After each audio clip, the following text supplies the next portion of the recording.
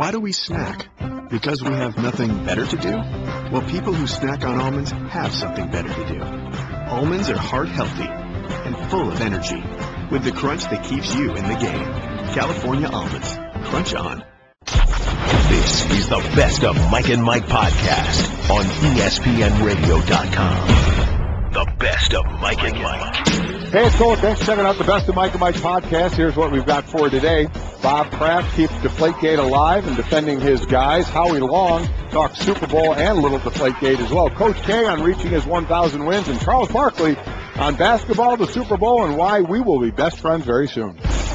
Mike and Mike. We are jam-packed this morning on the Tuesday of Super Bowl. Well, Tuesday is Super Bowl week. We all know what that is. It's media day, so the hordes of media will be down here asking all kinds of questions, and we're obviously going to get into all the kind of questions they're going to ask. But the week, you know, is getting going when the media descends upon whatever place the Super Bowl is and starts barraging the players with questions because everybody wants their question answered. Right, so we'll get to that in a moment, and we'll start with Robert Kraft, of course. But first and foremost, to everyone back home, back where we live and in that part of the country, if you're anywhere in New York, Boston, that whole area, we hope everybody is safe. We hope everybody is fine. Obviously, we're well aware of the blizzard that came in there last night. I spoke to Stace. I know you've spoken with me. All of your families out here. Yeah. All of my family's back there.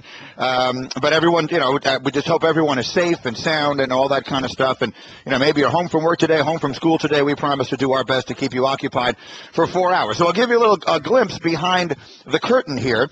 We had made a decision as a staff yesterday that this morning we're not going to do any of the shrinkage stuff, because we figured it was going to be the little lull between the storm, if you will. And not a bad example with a bad choice of words with the storm, but you know what I mean. Yes. You know, all the stuff over the weekend, we figured Monday the team will fly in here, nothing much will happen. Tuesday it's going to come up again. You know it's going to be all over media day, so we'll have to deal with it Wednesday. But we had decided Tuesday was going to be a sort of shrinkage-free day. Yeah, and what guy isn't happy about that? And exactly right. A day without shrinkage is a day, you know, with sunshine. Yes. And then Robert Kraft came to town. Oh, Robert Kraft. And that was about that. Yeah. For the second time in 3 days, a legendary Patriot has pushed all his chips to the middle of the table. Here was the owner of the Pats. I want to make it clear that I believe unconditionally that the New England Patriots have done nothing inappropriate in this process or in violation of NFL rules. The Wells investigation is not able to definitively determine that our organization tampered with the air pressure in the footballs. I would expect and hope that the league would apologize to our entire team, and in particular, Coach Belichick and Tom Brady, for what they have had to endure this past week. He went on to say he's been with Bill and Tom forever, that they've never lied to him. Right. Remember, going all the way back to Spygate, and the stories are out there now. You've seen them all over the place. The Kraft asked Belichick, and Belichick said he did it, and Kraft said, on a scale of 1 to 100, how much benefit did we get? And Belichick said 1, and Kraft said, well, then you're a schmuck. So, I mean, they've been down this road before, and Kraft is pushing his chips to the center of the table and saying, I'm backing my guys. I'm backing Bill, and I'm backing Brady. Mike, what do you think? Well, I mean, he's a guy who trusts these guys. This is the 15th anniversary day of Bill Belichick becoming a New England Patriot head coach. So they've been with each other, obviously, a long time. And Robert Kraft feels there is a trust there. And so if he gets stung on this one, he knows exactly where to go look, you know, at either his quarterback or his head coach. But he's been with these guys forever, says they always tell him the truth. So he's going to believe this. And I guess the question is, okay, fine, because a lot of people are watching the pressers and saying, I believe this. With Tom Brady is a little shaky here, so they could be telling him a story. It's just a matter of whether it's the truth or not, because there seems to be more that's coming from this investigation. Well, yes, because now the entire thing seems to be centered around a ball boy who disappeared from view for 90 seconds with the footballs, and we'll see what wound up. If he could, is it possible that he took it upon himself? I mean, all of this stuff becomes so completely crazy that who knows? Again, it's the reason we wanted to avoid talking about this, you know, just to sort of move past it at least for a day. But now, obviously, with Kraft doing this, you can't do it. Here's the thing. Kraft sounds mad. Now, let's just put together, the pieces of what happened here, okay? And we don't know Robert Kraft well. He's been extraordinarily nice and generous to us. Absolutely right. He has come to our show. He tells all the time. He talks to his sisters down in Florida watching us and everything like that. So we have a very nice relationship with him. But at the end of the day, we don't know him. And he's a brilliant businessman. He's made himself a billionaire. So he's obviously extraordinarily smart. So let's go back and sort of trace this. Saturday night, as everyone in the world now knows because the pictures have been everywhere, and Richard Sherman brought it up when they got here on Sunday, Roger Goodell has dinner at Robert Kraft's house. Right. On Sunday, in the view of some, the National Football League ran what could be described by some as a sting operation on the footballs for the Patriots. We now know, according to reporting, that there had been suggestions, complaints, whatever the word may be, by the Colts dating back to their previous meeting with New England in November. There has been a suggestion that perhaps Paul Tagliabue, the previous commissioner, under those circumstances, would have privately gone to Robert Kraft or Belichick or whomever, probably Kraft, and said, look, this is out there. If you guys are doing it, tell them to knock it off. Right. All right? I don't want to make this into a big thing. I don't want this to become public. We don't need Deflategate. We don't need Mike and Mike coming up with a hashtag like shrinkage that's going to be #2 trending topic in the world. That's what we don't need. What we do need is you guys to stop this if you're doing it, and it would have been handled there, and it would never have gotten any further. That isn't what happened. What happened was, as we all saw, it became the biggest story, not in sports, but well beyond sports in this country. And so Robert Kraft, it sounds, he said, listen to him talking, Mike. Yeah. Again, we don't know him well, but I know him well. He sounds mad. Well, he does. And everybody's talking about you heard Richard Sherman saying nothing's going to happen to them because of the great relationship between Robert Kraft and Roger Goodell, as you mentioned, at his house. And here's Robert Kraft saying, hey, listen, you find out we're innocent, you owe our guys an apology. I mean, not just that we move past this. It's, no. Before we move past this, because my guys say we're innocent, you better apologize to them. So, yes, it is taking a bit of a turn that way. And for all the people that believe Bill Belichick and believe Tom Brady and think the Patriots aren't guilty of this, they're all, and I'm sure most are Patriot fans, they're all screaming, yeah, Robert, go get him. Go get him. Way to stick behind your guys. Way to be a cohesive unit. Okay, so if you go to school for talk show hosting, then you know that your job is to take an opinion. And you know that frequently, because you are on live all the time and you have to be immediate, that your opinion is going to prove to have been wrong. So for the second time in as many days, I'm going to give you my opinion. I told you yesterday, I believe Bill Belichick. And I'm going to tell you today, I believe Robert Kraft. And here's why. Robert Kraft is a billionaire. He is a person, for when he is gone, there are going to be buildings named after him and all that kind of stuff. He is not putting his reputation on the line to the degree that he did yesterday if he is not 1,000% confident that his guys have told him without any question they didn't do this. And Bill Belichick would not tell Robert Kraft that because Robert Kraft, well, no matter, I don't care how many Super Bowls you've won. If Kraft goes out and says that yesterday, and then it turns out Belichick lied to him, Belichick gets fired in the next 15 seconds.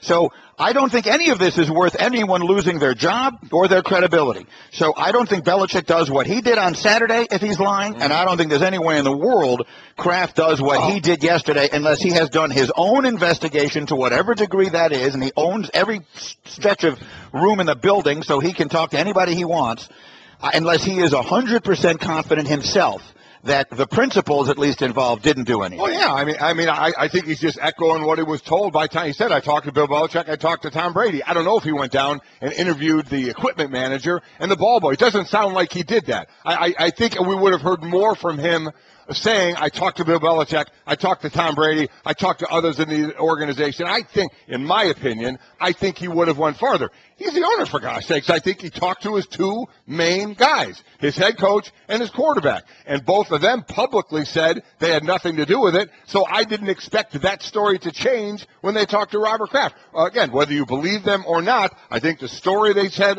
in the presser, they were going to tell to Robert Kraft. I think that's who Robert Kraft talked to. And Robert Kraft is saying, I've dealt with these guys long enough.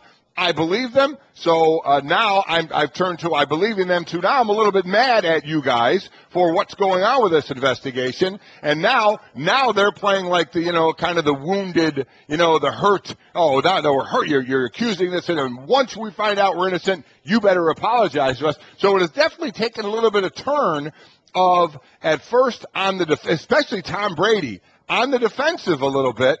Bill Belichick coming out with his Bill Nye the Science Guy. I mean, two things that were really out of character for New England.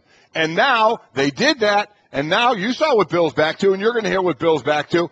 Basically, I'm on to Seattle. And Robert Kraft is angry.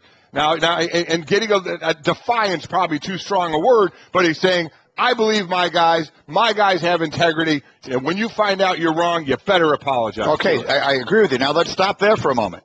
Who's he mad at? Who's he mad at? Let's think about this. I don't think he's mad at the media. He knows what the media are. We're a bunch of sheep, right? We're just going to follow. If there's a story, oh, my God, what are we going to do? We're running as fast as we can to the story, and we're getting it out there, and we're using it in exactly the way we do. We all have our role in this game. And our role is, if there's a story like this, are you kidding me? Sink your teeth into it and go, go, go. And Robert Kraft is smart enough to know that.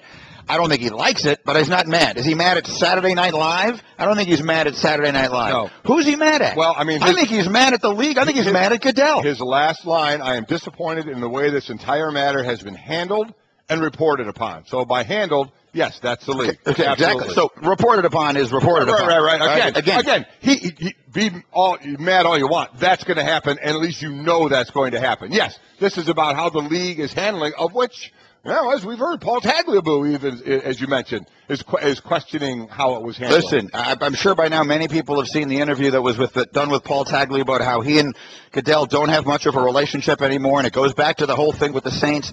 That, to me, is very disturbing. I mean, on a much smaller level. I mean, this is how civilizations crumble, is when leaders don't listen to anyone. They just dismiss anyone who tells them when they're wrong. And that feels to me like it has been what's been going on. Now, in the last few months, things I think have changed dramatically because the narrative within the offices of the National Football League changed so dramatically from we are on top of the world to we are basically hunkered down here and just trying to all of us save our lives, save our careers, right, our professional lives because of the extraordinary criticism that was coming their way in the wake of the Ray Rice thing and everything else. So I don't know how much that has changed the dynamic. But if you really do stop and think about it, I think I'm not in the room where these things are going on. But if you just put your Sherlock Holmes hat and pipe on and you think about it for a minute, it certainly sounds like that's Robert Kraft saying, hey, if this was out there, if this was a little sort of percolating, if the Colts had made some sort of a complaint about this or whatever it is, come to us. Why didn't someone tell us that? Come to us. Why did I have to hear that from the guy in Indianapolis, Bob Kravitz? Why do I have to be hearing it from Jay Glazer and Adam Schefter and Chris Mortensen and Mike and everybody else? Why didn't someone come to me? I'm the most powerful guy in the world. Roger, I'm the guy who made sure you didn't lose your job over this Ray Rice thing. I'm the guy who's the reason you make $50 million a year or whatever it is. Why didn't someone call me and say, hey, Bob, go make sure this isn't going on for the AFC Championship game? That, to me, is what yesterday sounded like. That's what I think it was. And now we're to the point, I mean, listen, you almost can't write this up where an attendant in the locker room, and just hearing lines like the NFL has zeroed in on a locker room attendant who he is a strong person of interest. It could be anywhere from this person, and we say kid, I have no idea how old the person is. This person either took the time to deflate the footballs or took the time to go to the bathroom. I mean, this is where we are. I mean, this is, and you know what? Everybody, I'm sure, is screaming, Mike, why are you even talking about this? Well, we're talking about this mainly now because of what Robert Kraft said and how I keep wanting to use the word defiant. I need a different word. No, it's the right word. He was defiant. And so because he did that, but forgetting us, I can't even imagine what media day is going to be like today. And quite honestly, because there's no doubt Bill Belichick had this in mind of Saturday doing that presser, doing his Bill Nye impersonation, and then after that, we're going to play him. We'll play some Bill. He's got the patented answer now. He was done talking about it Saturday. He's moved on. And guess now why they can't move on. This one, because of Robert Kraft. Because of what Robert Kraft said yesterday, there's a whole nother slew now of things to ask Tom Brady and Bill Belichick that so many people think is irrelevant. But you know what? This story just grew another tentacle.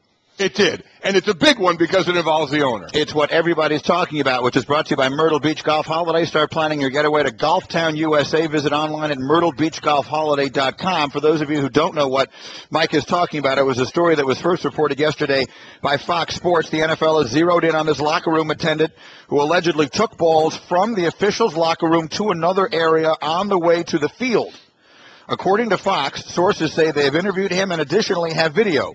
They are still gauging if any wrongdoing occurred with him, but he is a strong person of interest, according to the report. Ray, why did we hear that he was missing for approximately 90 seconds? 90 seconds. Am I getting that right? Pro Football Talk reported it was 90 seconds. 90 seconds. So 90 seconds is about how long it takes to deflate 12 footballs, or about how long it takes to stop and take a pee? I mean, you tell me, which one of those two things do we think is what happened here with the footballs? Because it could be either or both. Yeah, probably not both. It's probably not enough time to do both. No, not enough time to do both. You know what? Get 12 footballs, give me a needle, give me a stopwatch. And as soon as I have to go to the bathroom, I'm going to try and do them both. Okay? As soon as I have to go to... Someone get Mr. Golick another cup of coffee. We just found out where the talent porta potty is. Yes. Oh, this is a great moment. This is a great moment in Mike and Mike history. Our lovely stage manager working with us this week, and she's so well-meaning. And yes, I love absolutely. it when stage managers meet Mike and I because they don't realize we don't pay attention to cameras. Yeah, this camera. So she's I remember the young woman who was with us in Dallas was like pointing to cameras, and Mike and I are like, listen, it doesn't make any difference. Yeah, we don't care what cameras. But so she comes and says, listen, I want you guys to know that the talent porta potty is now available. Do we think the talent porta potty is different than other porta potties, or just is it a special talent? It's just a porta potty. It's a porta potty. But I am going to do it. So Tessa, feed me some more coffee. Yeah. Get me 12 footballs. Get me a needle. And when I got to go to the bathroom, start the clock. 90 seconds. We'll see. You know what? When I'm trying, here's what's going to happen. What? I'm going to try and deflate the footballs. I'm going to be going to the bathroom. I'm going to be bringing back a lot of wet balls. No, so we can't have that. We cannot have that. That is something that we cannot have, especially after the days that I had, the day I had yesterday. Let's just move on. Listen, we got to have some fun. I get it. Listen, somehow. I'll take moments that could be a vine for 100, Alex. Just a couple of quick notes on the days yesterday. Yesterday was my one day here that I had no real responsibilities after the show. I got stuff every day the rest of the week now. So I went to the movies. So at some point today, I want to give you a movie review of a movie that I think is going to win some Oscars. I think it's got a chance. Mm-hmm. It's the movie Birdman, the Michael Keaton movie. My son Mike saw it and really enjoyed it. Ray and I went to see it yesterday. Very good. Didn't love the ending, but I did love the movie. Mm-hmm. But we had a funny experience in the mall. You told me to go to the mall. Fashion Square Mall. Right here. Fantastic. We're basically broadcasting adjacent to it. And you were right. It is a spectacular mall. Isn't it? Yeah. It's enormous. And what I like about it is that it has an enormous variety. So it has some extraordinarily high-end shops, and it has your more basic, I don't know what the word is for it, your Gaps and stuff like that. Right. Your less expensive stuff, and then it has the really high-end stuff. So it's got something for everybody, which is great. But one hilarious moment, Ray was with me, so he can vouch for this. We walk into a store where they sell basketball shoes. And my son Stevie is 12. He's addicted to basketball. All the kids, the LeBrons and the Kobe's and the KDs, they love the shoes. So I just go in there and I'm looking at some of the shoes. And the fellow who works there comes over and says, hey, you're here for ESPN, right? And I said, yeah. And he said, oh, welcome. You guys having a good time? I said, yes, thanks very much. We're having a great time. And then he says, have you seen Mike and Mike? And I said, no, he didn't. I swear on my life. Ray is right there. Come on. I said, yeah, I've seen them. And he said, tell Mike and Mike to come in here. Tell Mike and Mike to come in. We'd love to have Mike and Mike come into the store. On. So I don't know what to say. So now it's a very uncomfortable moment. Right. Because at what point I have to either do one of two things. I have to either say to the guy, you do realize I'm one of the Mike and Mikes, or what I did, which was I said, okay, I'll tell them. Because I don't know what else to say. I would have done the same thing. So that's what I said, and then we just ran out of the store. Basically, I looked at Ray and I was like, let's get out of here. And we just ran out of the store. So that was a humbling moment from the pinnacle of, hey, it's great to have you here, to, hey, If you see those Mike and Mike guys, tell them to come Every by. now and then you got to get knocked down a little bit. Knocked down. Well, he liked the name. He just didn't recognize you. Correct. So, all right. So, yeah. So is it worth it? Is it worth being one of Mike and Mike if no one knows you're one of Mike and Mike? Well, I still think so because overall, deep down, they do really like you. They just, have no idea what you look like. He didn't say he likes us. He just said he knew us. Well, he wanted us to come into the store. Do you think if he didn't like us, he would have wanted to come in? Well, I don't know. Wanted us to come into the store? He would probably like you to go in there and buy a bunch of athletic shoes. Yeah, that's probably true. But anyway, it was a funny experience. We had some good experiences yesterday. We'll sprinkle those. What do you do? You're just running amok around here. Right? You and your wife, as she's over there. She's on Twitter. She's doing this. Your wife is busier down here than we are. Actually, yeah. Yesterday, and Mike and I went and watched it. They did a roundtable with the Heads Up program that Chris is involved in with the league. Melissa Stark was moderating. Bianca Woolfolk, Vince's wife, was involved in that as well, and Dr. Beth Peroff, who's a neurologist. To talk about the concussions and stuff. They did a big roundtable yesterday. So Mike and I went to it was at the Flag Football Championship. That was cool. So there's 32 of the top teams in the country doing flag football. Kids or adults? Kids. Oh, flag football. Kids. Anywhere from 9, 10 up to 13, 14. Young boys, young girls. And it was great to watch. I mean, very, very impressive to watch. So that's some of the things we did. We had our dinner last night that you blew off that we'll get into as well. Blew off. I was asleep at 4:30. You blew off the one dinner we have with our agent every year. That's all right. I'm not crazy about his eating habits. Yeah. I'm kidding. The best of Mike and Mike. Mike and Mike. The best of Mike and Mike. From Fox Sports, the great Howie Long is here. It is a pleasure to see you. How are you, Howie? I'm doing well. I think this is the first time I'll see the sun rise since Atlantic City '78. and that trip is a blur. There are people, when I went outside here, they're saying, oh, Golick, did you stay up all night and then do the show? I'm like, do you know how old I am? I said, do you know if I stayed out all night, the effect that I'd have to be in bed for a week. Now, there was a day when that could happen, but that day was decades ago. Those days are long gone. Oh, my now, God. I thought when you say you haven't seen the sunrise, because you guys, to the rest of the world, when you do your pregame show, which is noon where I live, it's 9 o'clock in the morning in L.A. I go to work in the dark, and I go home in the dark. So you don't, because you guys don't, you rehearse at like 5 in the morning, don't you, or something like that? Rehearse? No rehearsing? I work with Terry. Bradshaw knows No. Give us one story that you think best illustrates what it's like to work every day for as many years as you have with Terry Bradshaw. We've been together now 21 years. It's hard to believe. We couldn't be any more different. Catholic, Baptist, Louisiana, Boston, defensive lineman, quarterback, Steeler, Raider, right down the line. But for whatever reason, it gelled. And I think not rehearsing for us works so well because you just react naturally off of what he does, and you never know what he's going to say. He could say something like, well, that player is an integral clog. And I stopped in the middle. Clog is a shoe. You know what I meant.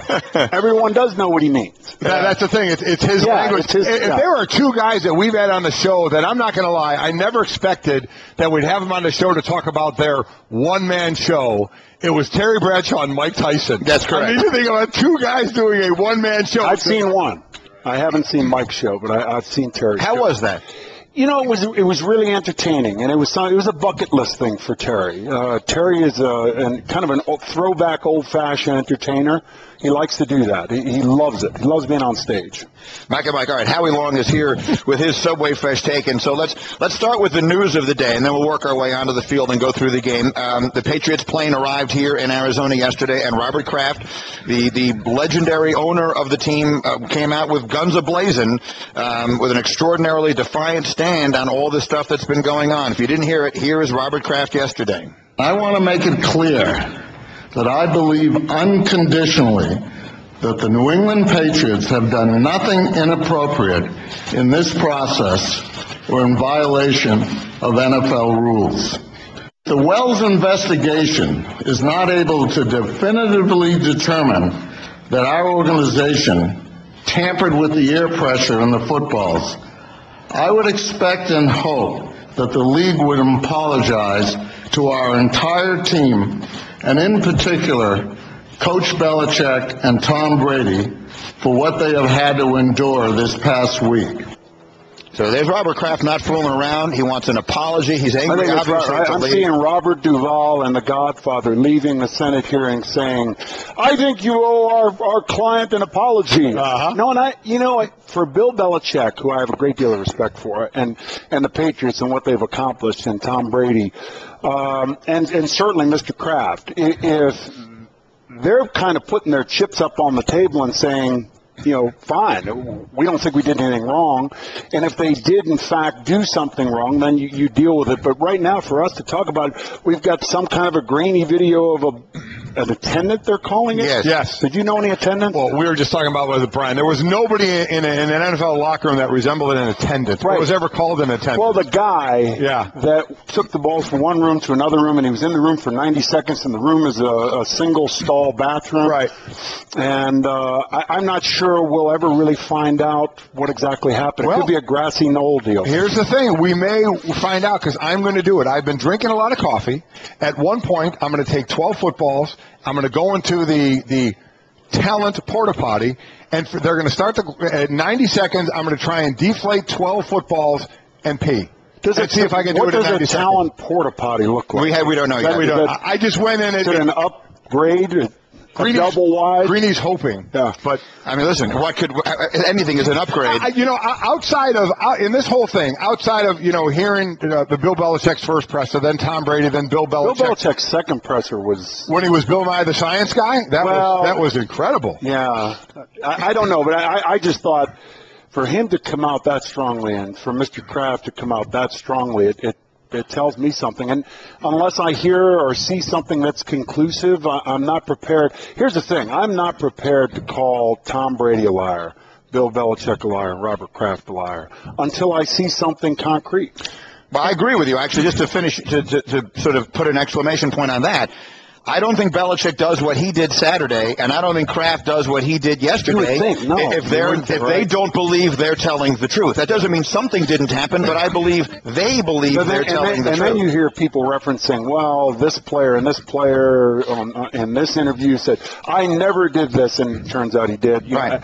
No two cases are alike. I don't lump them in with anyone else. What was your initial thought when you heard all this? When 11 of the 12 footballs are that much below, and the Colts footballs are fine. What the hell do you and I know about that? Well, I know. All of a sudden, it's PSI like CSI. Right. No, I really don't know. You would think, though, if there was something that drastically wrong with the ball, the person who's touching the ball more than anyone are the officials. And they would see something throughout the course of 4 quarters. I think they were alerted to the fact prior to that game, and they were planning on doing a surprise check at halftime, and as it turns out, it was. And, I've gone on my truck. How many times have you gone on your truck back east? You go on your truck back east, and the tire pressure's down because of the cold weather. Right. I'm thinking, why? The tire monitor goes on, and it's flashing. I go down to Les Schwab Tires, and the guy tells me 10%. Right. It's going to go down 10% in the cold weather, up 10% in the warm weather. But then the thought is, what happened to the Colts footballs, which were fine? They had different atmospheric pressure on their side of the. And at the end of the day, this is what we're talking about. It's amazing. It's amazing. Yeah, it is unfortunate because I think the game's a pick'em, and it's 2 great teams, and it's 2 great organizations, 2 great coaching staffs. It's a great matchup. Well, so let's get to it then. Howie Long here with the Subway Fresh Take at Subway. Experience the breakthrough taste of new grilled chicken strips. Subway, eat fresh. Again, great guest list today. Still to come, Brian Billick and Jaws and Mike Krzyzewski and Charles Barkley. If you miss anything, you can always download the Best of Mike and Mike podcast. It's available every day on ESPNradio.com. We think that Charles Barkley should handle the deflated footballs with a whole bunch of great decorum and maturity, right? Talk about having the dump button ready for that. I am so tired of seeing skill guys on TV talking, this is definitively the sphere, the art, the essence of what the quarterback position is. I mean, come on. You hate quarterbacks, don't you, Howard? No, I don't. But I'll tell you one thing. You can't have too many of them in one room. You can't have too many leading ladies or quarterbacks in the same room. Because? Cat fights. That's fantastic. Mike and Howie. All right, let's go through a couple of things. We'll talk about the game. A few other things I want to talk about. And Ndamukong Suh is a free agent. Mm-hmm. That's your old position. You're right in the middle of that defensive line. Yeah. And he is in some people's view, maybe the best in the league, but obviously there are problems there. We've seen a little bit of it on the field that occasionally can create issues. Almost got suspended for a playoff game this year. In your view, just how good is that guy, and would you be willing to open up the vault to have him on your football team, knowing the little bit of trouble that he's got with keeping the temper in check? Well, McCoy and Watt signed their deals while their rookie deals were still in place in year 4 of their deal. So you either have the option of a team's going to exercise the option on year 5, which puts you at potentially not getting paid till year 6. And even then, they can franchise you in year 6. So you could be on your rookie deal for 6, almost 7 years. They could franchise you twice. They got, I think, 51 roughly guaranteed. Whatever that big number is they put in the paper, that's not real. The real number is, I want to know, what if I drop dead, fall on the floor now, what am I walking out of the building with? Right. It's $51 million. That's the starting point for him. He changes the attitude, and Mike played on some defensive fronts, and I played on some defensive fronts that were physically imposing, intimidating groups. He is that guy. Your front seven automatically becomes a lot tougher. His attitude, the way he plays the game, it takes over your room. No question. Gerald McCoy, who we had in our studio last week. Different guy. And coming out, I thought Gerald McCoy was more ready for the NFL from a hand standpoint, where Sue just kind of overpowered you. And Gerald McCoy said that guy, and not weightlifting. So he said weightlifting is strong. He said, but on-field leverage strength, he said, is absolutely positively off the charts. Our boy Kyle is like that. Just, I call it roll out of bed. Country strong. Bring me the guy that benches 500 pounds and I'll throw him on the ground. Right. You know, that's kind of the way he is, and he's so physical. It's 4 quarters of I'm going to beat you up, whereas McCoy is this and this, and he's great at it. And J.J. Watt's great at it. But they're different. Yeah, they're totally different. They're apples and oranges playing the same position. Mike Howie Long is here. Watt, meanwhile, becomes about as close to any defender as we've seen in a long time as being in the MVP conversation from a guy who is a Hall of Famer on a defensive line. Just how good, in your view, is J.J. Watt? I think he's redefined the position from a versatility standpoint. He can play up and down the line. He can play on the nose. He can play on the guard. He can play on the tackle. You can spread him out wide. You can release him in pass routes and goal line offense. I don't think there's too much he hasn't done, and he's the perfect player for today's kind of omnipresent Truman Show media. Because J.J. Watt is he is an entity unto himself. It's really remarkable, and he backs it up on the field. He's a great player. If you don't like it, you don't want to see the finger, do something about it.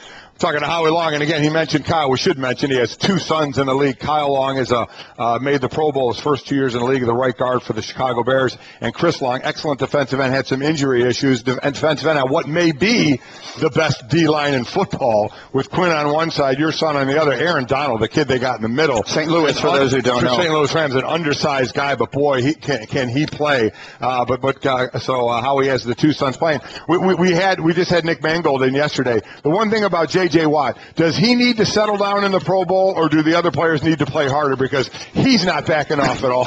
Well, it was interesting to watch the first series or 2. It was almost like guys weren't sure what to do. How hard it was going to be. And they weren't playing hard. They weren't tackling hard. And then it kind of, somebody's going to punch somebody, and then it's on. Somebody's going to make a big play, and somebody's going to get embarrassed, and you run that risk. And that's the problem with an all-star game. It always is. Mike Howie Long is here. You played on some really good defenses in your day. You've seen great defenses going, back to right before you came into the league with those Steeler defenses and everything else.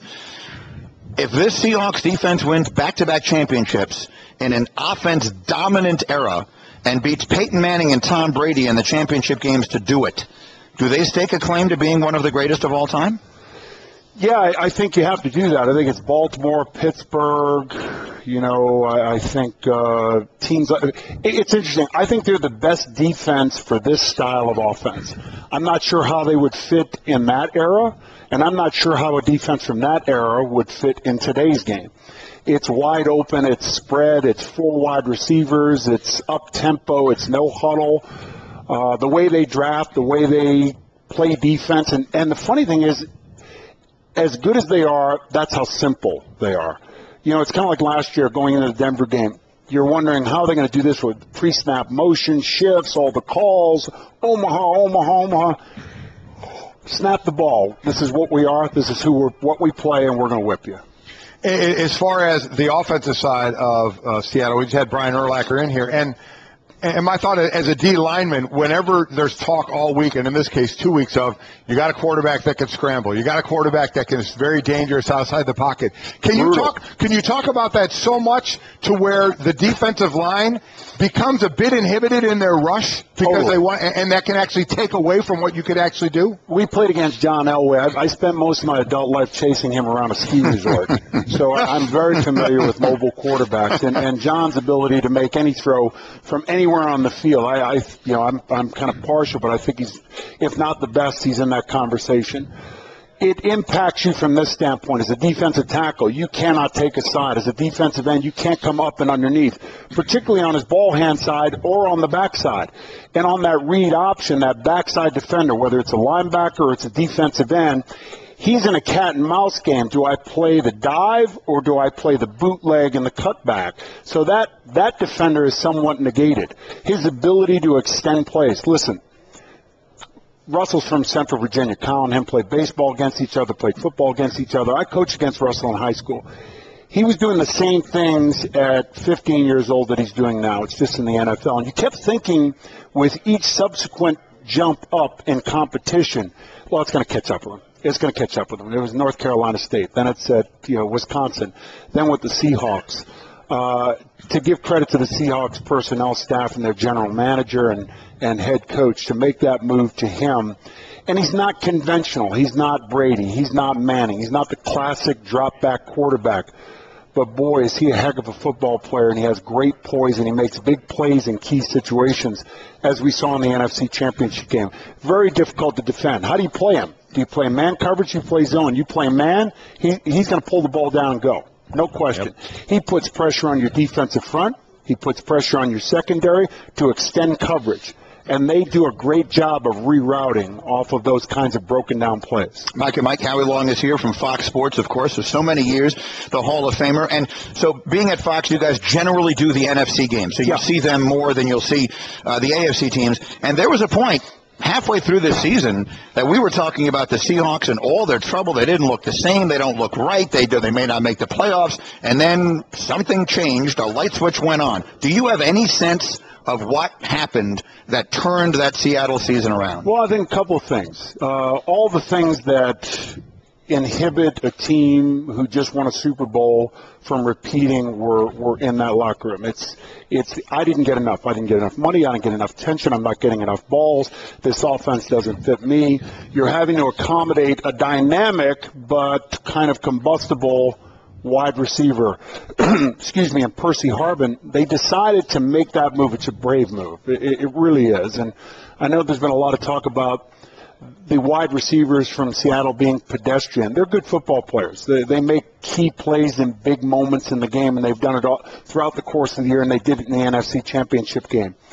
I would say that their defense kind of flipped the switch, and it coincided with Chancellor getting healthy and Bobby Wagner. When Wagner got back, everything changed. And there was suddenly the light at the end of the tunnel is not a train, it's the Super Bowl again.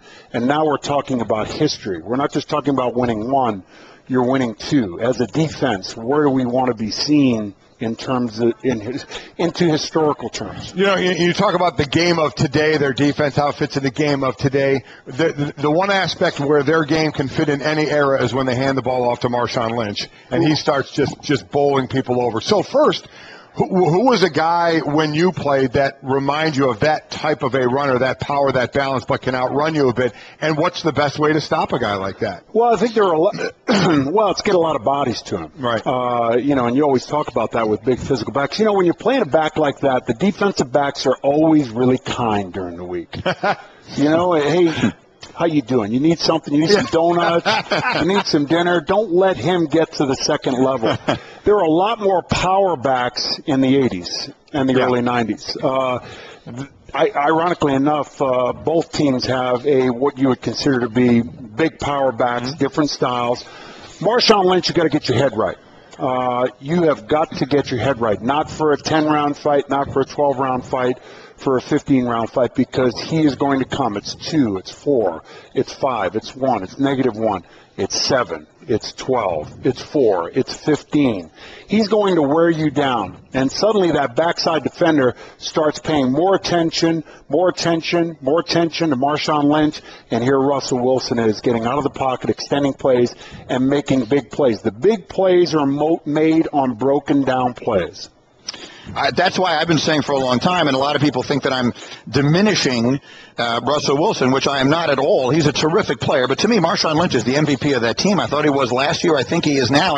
I think I would consider voting for him for MVP of the league. I don't know that any one player means more to their team than Marshawn Lynch does with what he does for the Seattle Seahawks. I would agree, and I know people have asked the question of, the GM and the head coach there, when is it too much? Is he too much to put up with? No. You ask the players on that football team, how you like Marshawn? Love him. You ask the players who play against Marshawn, they have a great deal of respect. They have a son in that division. He's the most physical running back in football, no question. I think you could make the case that he is the MVP. Yeah. I actually think if I had a vote in the NFC, I would have voted for him, and in the AFC, I would have voted for Gronkowski, and here we go. Well, as Greeny talked about, you guys covered the NFC more. Is the biggest advantage for New England in this the fact that they have 2 weeks in Bill Belichick? No question. I think his game plan versus the Buffalo Bills is in the Hall of Fame when he was in New England as a defensive coordinator. What he does, their ability to be so multiple, and it's a challenge to get everyone on the same page running one specific defense or offense. They change month to month, week to week, half to half, quarter to quarter, series to series.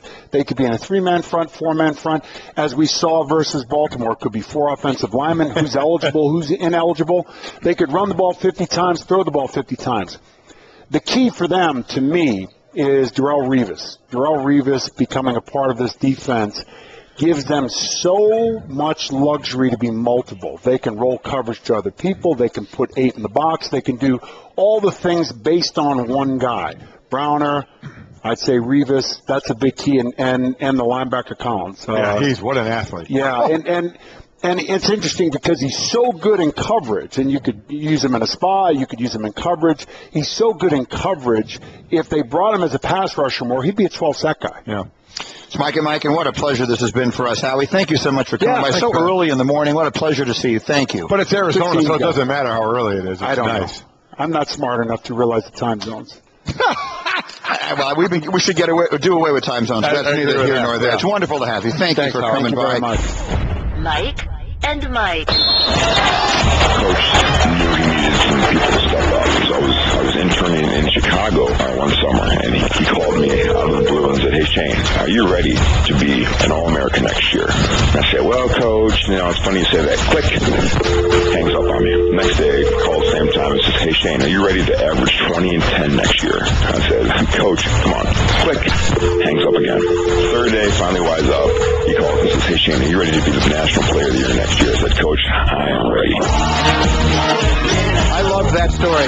Great story. That was Shane Battier with us yesterday here, Mike and Mike, talking about, we asked him to give us an illustration of what it was to play for Coach K, and compile some of those 1,000 wins that Mike Krzyzewski finally completed on Sunday. And he told that story, and it was just fabulous, one of so many that we've heard. And I told, is Coach K ready to go? All right, here he is, Coach 1K. It is our great joy to say congratulations to Mike Krzyzewski and his 1,000th win with us on the Subway Fresh Take Hotline. Congratulations, Coach. Yeah, thank you very much. It's nice to reach that total and to get it behind so we can concentrate on the moment, which is trying to do something in our conference and make the NCAA tournament. Well, as most people are congratulating you, I'll do it with a caveat. I congratulate you on getting your win Sunday, because if you didn't, you weren't getting it in your next game as you get ready to take on my alma mater and Notre Dame. So I'm just saying, it's a good thing you got it out of the way Sunday, Coach. You know what? You're right, and especially since you're not playing for them. They're really good. They're really good. But that Mike Bray's done a great job, and they're one of the top 10 teams in the country. So after getting 1,000, we have to go to Notre Dame and then we go to Virginia on Saturday. So Happy New Year.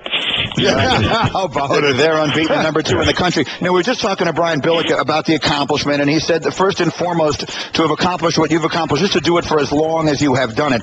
And what Shane Battier said was what he thought made you special was understanding how to deal with each individual player. And he told that story of how you went about motivating him. How do you read a player and determine what method you think will be most effective in motivating that individual?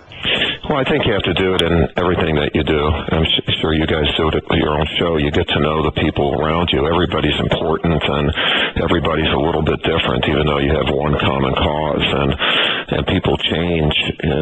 They can change daily a little bit, and so you have to develop a relationship with each one. And the single most important thing is to develop trust.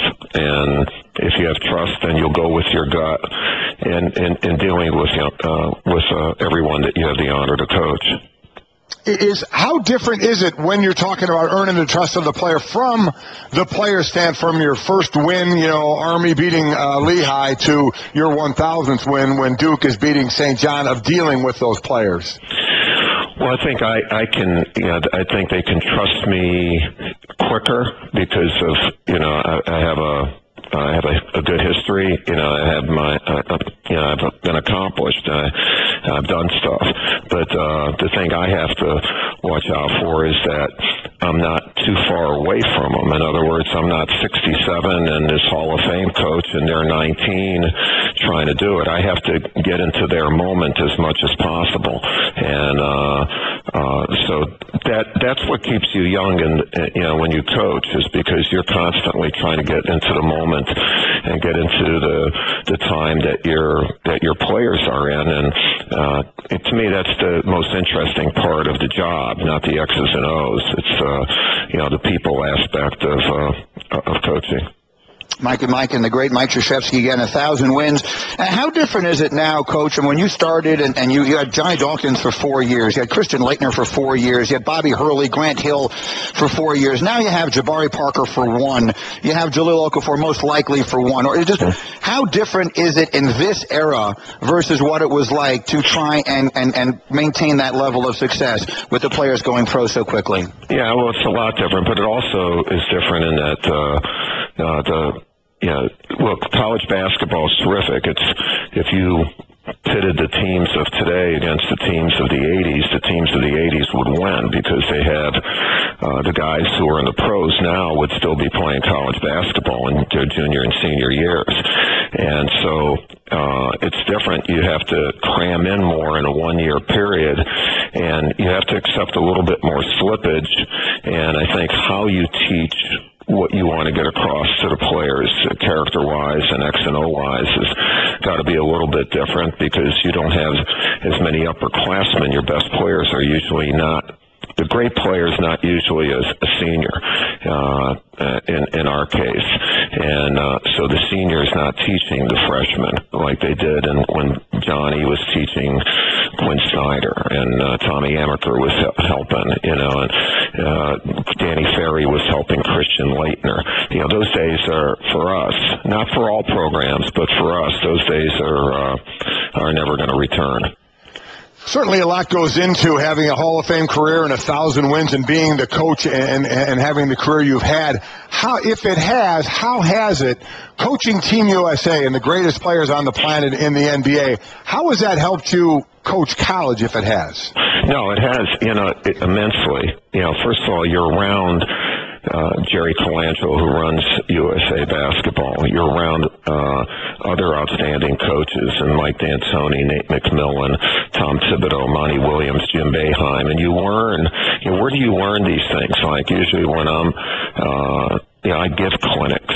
You don't go to clinics, and for a 6-week period in the summers, and you're in intense preparation to either play for the World Championship or the Olympics, and then you learn best practices from Kobe Bryant and LeBron and Chris Paul and Jason Kidd and Carmelo, all these guys that you have the privilege to coach, and so you learn a lot. terminology, methods of defense and offense, and a huge thing is preparation, individual preparation, because all those guys that we have the privilege to coach for U.S., they have their individual routines and how they prepare, how they stay in condition, and you get to study all those things, and that's what we try to coordinate. We don't. We never condition when we're coaching the U.S. team. We allow all of our guys to do their own conditioning. Things like that have really, really helped me and opened my eyes to new methods. Look, you get to be 60. How many people learn new things or want to learn new things? Here, I'm dipped into a deep pool of a lot of new things, and it's some of it's got to stick, and I think it's helped. So you've never told, hey guys, you got another gasser because LeBron didn't touch the baseline, something like that? There are no gassers with USA basketball, none, and I think that's one of the reasons they I'm still fooling them and they want to play for us. Mike and Coach K, you won 1,000 games. Is there one that stands out above the rest? Is there one you remember the most with the greatest joy or the greatest pride?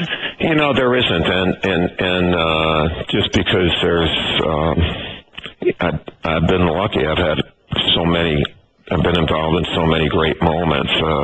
Again, you don't win championships unless you win your first one. And so, my '86 team, when they won their first the first regular season ACC championship, that was the start of it, with Dawkins, Billis, Allery, Henderson, and Amaker as the starting five, and Billy King, Danny Ferry, Quinn Snyder as guys coming off the bench. And when you look and see what those guys have done or are doing right now, you get to say, whoa, I had some pretty good guys, not just good players, but guys who really got it, and they still get it, and now they get it at an even higher level. Well, Coach, it's always our pleasure to talk to you, but we were so happy for you with 1,000 wins. I know how badly you want. You wanted to put it behind you. Everyone else wanted to talk about it, but congratulations and continued success, and we'll talk to you when you get closer to the tournament. Thanks for the time. You know what? And use me as a lifeline for the next half hour if with Barkley, okay? if you need a life preserver, all right? Well, we may need that. Stay close to the phone. Right. Thank you, Coach. Care. Congratulations. Thanks, Coach. Mike and Mike. It is our pleasure to welcome from TNT. He was once in the movie Space Jam. The great Charles Barkley is here with us. How are you, Charles? Hey, man, thanks for having me. And I watch you guys religiously, and thank you very much, and welcome to Arizona. Oh, listen, this is my future home, my friend. We're going to be, you don't know this yet, but when I move out here for good, we're going to be best friends again like we were in Philly. Hey, let me tell you something. I'll drive. I bought myself a golf cart for Christmas. I'll come and pick you up every morning. They're the greatest things, aren't they, the golf carts you get around? Living on a golf course is a really cool. You just go out your back door and you're ready to go. Yeah. There's so much to get into with you, but the first thing I wanted to ask you for a while now is the reason you have become so enormously successful in broadcasting is because you are unabashedly, unashamedly, and unafraid to be completely yourself and to say whatever it is you think at all times. And that is such a rarity in the society that we live in today. Going back to the beginning of your broadcasting career, did anyone ever tell you shouldn't do that? Charles, you got to cool it down. You can't say this. You can't make people mad. Did people try and talk you out of it? No, it actually started in Philadelphia. And Mike knows this. Obviously, I'm a little kid from Alabama, went to Auburn. In the beginning, you want to please everybody. So I go back to when I'm playing in 1984 was my first year. I would say, I watched a press conference one day, and it was Darren Dalton and Len Dyke says, we got to get better as a team. We got to play harder. We're not doing the things we need to be successful. So I repeated that in the press conference like that night. And then when I woke up the next morning, I read the newspaper, it says Barkley bashed his teammates. And that was my first reality. You can't make everybody happy in this business. And you guys know, when you pick games, the people you pick to win love you, and other people you pick hate you. That's the toughest thing about this business. Because I know you guys don't care who wins, because I never care who wins. But that's probably the most difficult thing about this business. People want you to say great things about their team and their favorite players. So I made up my mind, like my fourth year in Philadelphia, I'm going to try to always be honest and fair, and half the people are going to like it and half the people are going to hate it. And so that's why I came up with that theory, because I wish that I could make everybody happy. Everybody want everybody to like them, but in our business, everybody's not going to like you, because once you pick against their team, and the other thing, when our players do stupid stuff, and Mike knows this, we never really want to talk bad about players, because when you play, you think the players are always right. Now when you're on radio or TV, you're like, some of my players are damn idiots. And we have to criticize them. And that's not fun. I won't admit that. That's not fun. But you have to be fair and objective when you're on radio and TV. Well, and to go along those lines with what's going on with the Patriots, because in my eyes, the Patriots are a great team. Yes. Tom Brady is a great quarterback. Bill Belichick is a great coach. But they got caught cheating in 2007, and now they're being accused again. So it's something we have to talk about. And this seems so insignificant compared to that, the PSI of a football, yet you have an opinion on it. And I'm biased because I'm good friends with Coach Belichick and the Krafts. I go to a couple of Patriots games a year, and Mr. Kraft and his son Jim, they treat me fantastic. I feel bad because I never want to call somebody a liar. I always tell people there's somebody in Montana, South Dakota, Maine, they're watching this show right now. And it's such a powerful thing to get on television and call somebody a liar. I'm very leery of saying that. Clearly something happened. But like I say, I don't want to cross that line where I call Coach Belichick and the Patriots liars and cheaters. But, man, it's because of their past, they're not getting the benefit of the doubt.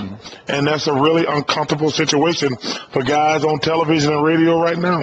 Mike and Mike, Charles Barkley is here. Let's talk about some basketball, obviously all the football that we're talking about here. Magic Johnson tweeted the other day, LeBron James and Klay Thompson are the two best all-around players we have in the NBA today. Now, we all know about LeBron, Kevin Durant, the oncoming Anthony Davis. Klay Thompson's having a magnificent season. Is he that good? I think he's that good. I've been saying for the last couple of years, he's the best two guard in the NBA. Like, if you need one basket, you might go to James Harden. But if you need defense on the other end, you're probably going to take Klay Thompson in the two-guard position. I might, as far as Magic, I think Klay Thompson is in that conversation, but I might take Anthony Davis. Anthony Davis, this kid is spectacular. We never show New Orleans.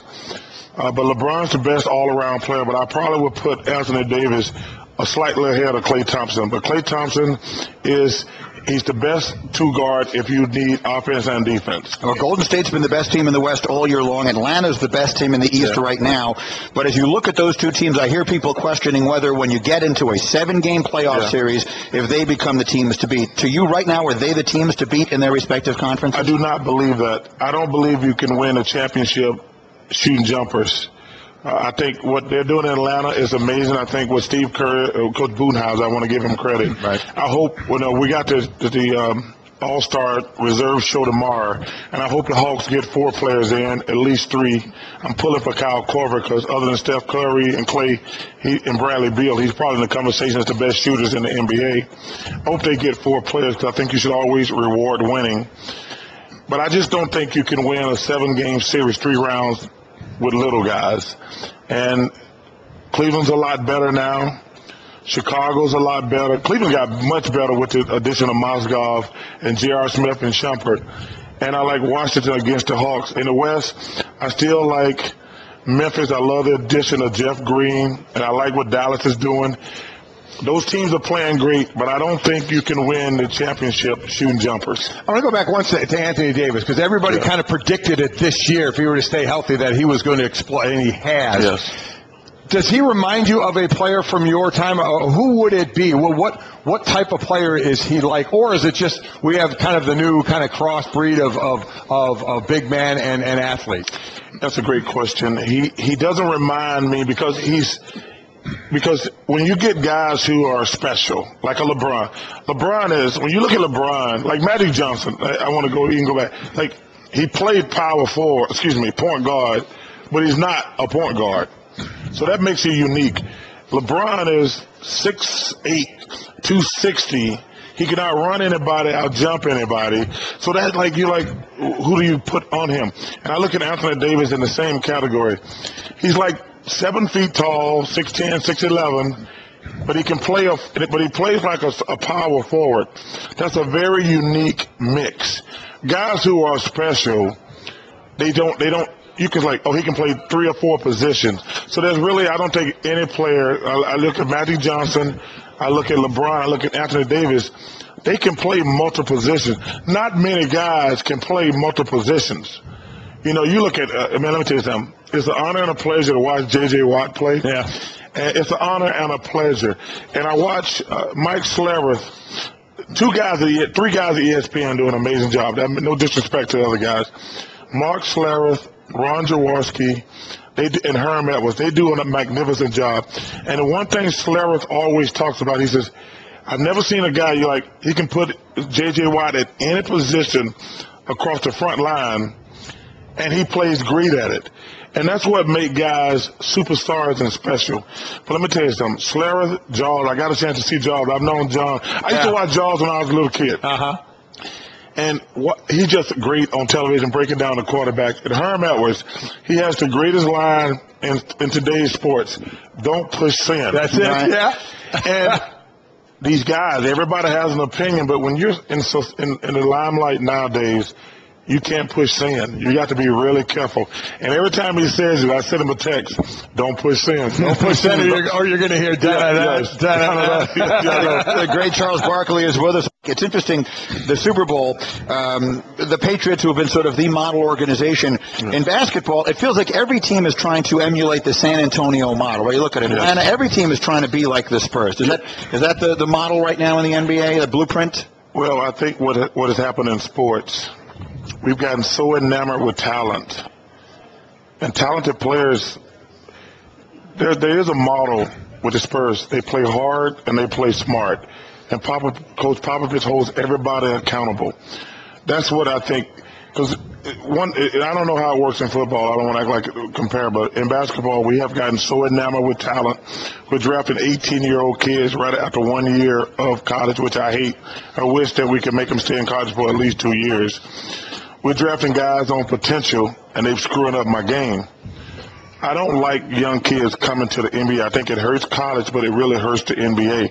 If you go back and look at the draft the last 5 years, we drafted a bunch of guys who played in college for 1 year, and they have zero effect in the NBA. So I think the thing with the Spurs is they just play hard and smart, and I think that's gotten lost in sports.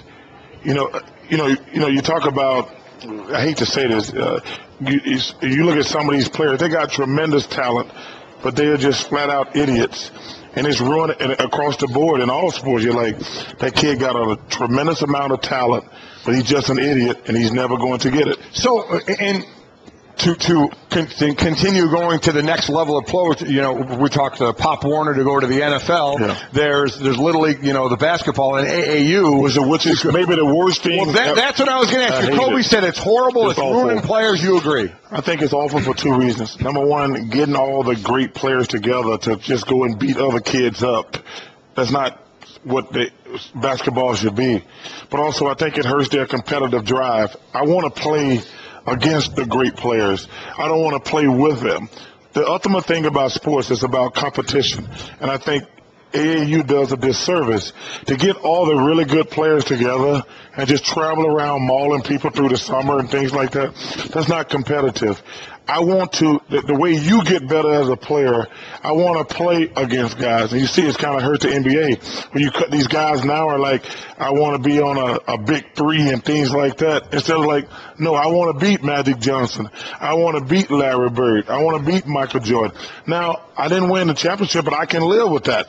But never in my mind would it say, like, let me try to play with those guys. And I think that's the negative influence on AAU. We're here for the championship, of course, of pro football. You played in the finals in '93, a tough 6-game series against the Bulls. Some people never get over that. They talk. Are you over it? Does it still bother you sometimes? Do you wake up in the middle of the night thinking about that series, that chance? That's a great question. I do, because there was 2 plays in that game where we had to lead, because we had a 6-point lead and the Bulls scored 7 straight points. Coach Westfall called 2 plays for me, and the Bulls doubled me and took the ball out of my hands. And sometimes I'm sitting around thinking, like, I might have turned the ball over trying to score against Scottie Pippen and Horace Grant. But Dan Marley missed a shot. No disrespect to Dan, one of my great friends. And Frank Johnson missed a shot. Sometimes I say, man, I wish I had been more aggressive and tried to score on a double team. But then I say, I'm going to turn the ball over against a double team. Yeah. So that's the only time I think about it. And then Steve Kerr hits the three. Never get over. It sounds like you think about it a little bit with how pinpoint you are. Oh, yeah. You know. Oh, absolutely. That's like, I love football. I never had the courage to play football because I think it takes a special person to play football. I do. I tell people, I played football one day. It was the worst day of my life. I said, these guys are really hitting out here. This is not a lot of fun. But I think about the Green Bay Packers. There's no way they're not lying awake right now. They just flat out blew that game. But football and boxing are my 2 favorite sports. Now I'm really into MMA because I think it takes tremendous courage to step out there and play those sports. All right, in the moment we have left, let me get to 3 answers here. Will anybody beat Kentucky this year? Is Kentucky going to win the title and go undefeated to do it? I don't know if they'll go undefeated, but I think they'll win it. Because John Calipari, people don't like him, but he's the best coach in college other than Mike Krzyzewski right now. And congratulations to Coach K. Yeah. That's an amazing milestone. But Kentucky has the best team. And in the circumstances right now, Cal is probably the best coach. The NBA team to beat, in your opinion, that the favorite to win the championship is? In the West, there's 2 teams. There's Memphis and Dallas. And in the East, it's the Chicago Bulls and the Washington Wizards. Interesting. And then who wins this game here on Sunday? Well, I'm going with the Patriots. I think that if you give Coach Belichick 2 weeks to prepare, I will say this. My favorite football player in the world right now is Cam Chancellor. That guy's dangerous, man. Yeah. Like, I became a fan because I get to see them play because they play our Arizona Cardinals a couple times. Yeah. So I started watching them like the last couple of years. And let me tell you something. Roy Green, who's one of my good friends, always said, anytime I break the huddle, I'm looking for Ronnie Lott and Lawrence Taylor. He says, if I'm playing today, anytime I break the huddle, let me find Cam Chancellor because I'm going in the opposite direction of him, and I love watching that guy play. You said you played football one day and it was the worst day of your life. A lot of guys say that when they play against Cam. As they say, he knocks the soul out of you. Yes, he's impressive to watch. Yeah. We played basketball one day last year. It was the worst day of our year, but that's true. Good point. We're out of time. Charles, thank you so much. What a pleasure. Thanks for having me. Thank you, Charles. This has been the Best of Mike and Mike on ESPN Radio Pod Center. To hear more from Mike and Mike, log on to ESPNRadio.com and become an ESPN Radio Insider. The Best of Mike and Mike.